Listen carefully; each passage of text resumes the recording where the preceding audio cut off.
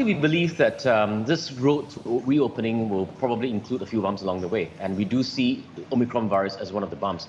Now, on top of that, whatever data that we have right now is based on a very small sample size, right? It's basically based on about 100 to 1,000 patients in South Africa, and so we don't know the entirety of the situation at this point in time.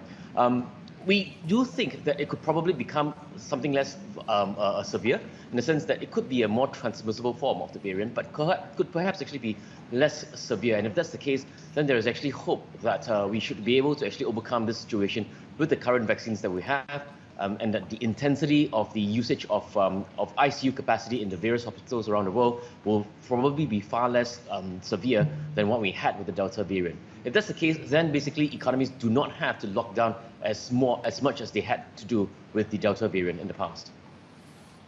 Jerome Powell thinks it's going to be a problem. He's flagged downside risks to economic activity because of Omicron. Should we then step away from the value cyclical end of the market, Kel, especially deeper value?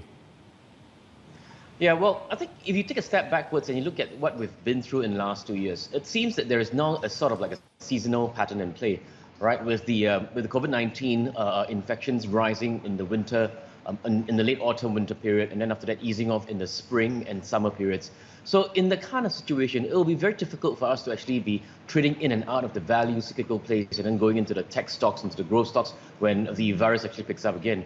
So what we do recommend is that you need to have basically a diversified portfolio with exposure to both. But we do think that, all things considered, that the global economy is actually recovering, that we do have pretty strong growth in the US, in China, and in parts of the world, despite the fact that the infections are rising in winter.